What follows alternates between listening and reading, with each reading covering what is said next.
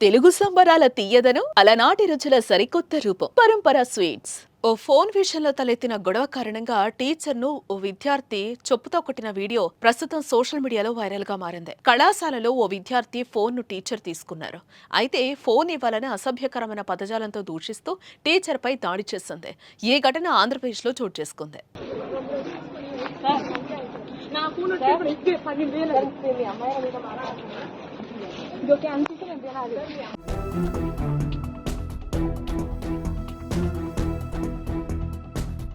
ఆంధ్రప్రదేశ్లోని విజయనగరంలో ఉన్న రఘు ఇంజనీరింగ్ కళాశాలలో టీచర్ విద్యార్థిని మధ్య ఒక చిన్న వాగ్వాదం చోటు చేసుకున్న దృశ్యాలు వైరల్గా మారాయి. వీడియోలో చూపించిన ప్రకారం టీచర్ విద్యార్థిని మధ్య తీవ్ర వాగ్వాదం జరిగింది. టీచర్ ఫోన్ తీసుకుందని, ఆ ఫోన్ 12,000 అంటూ విద్యార్థిని టీచర్ని బూతులు తిడుతూ గొడవకు దిగింది. ఫోన్ ఇస్తావా చెప్పుతో కొట్టమంటావా అంటూ చెప్పు తీసింది. టీచర్ ఇవ్వను అనేసరికి సహనం కోల్పోయిన విద్యార్థిని టీచర్పై తన చెప్పుతో కొట్టి దాడికి ప్రయత్నించింది. దీంతో టీచర్ సైతం స్టూడెంట్ పై చెయ్యి చేసుకోవాల్సి వచ్చింది.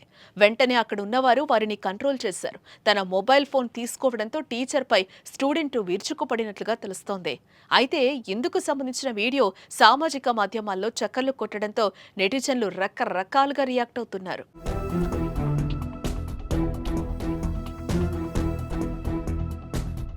ఈ తరం పిల్లలు తమ గురువులకి ఇచ్చే గౌరవం ఇది.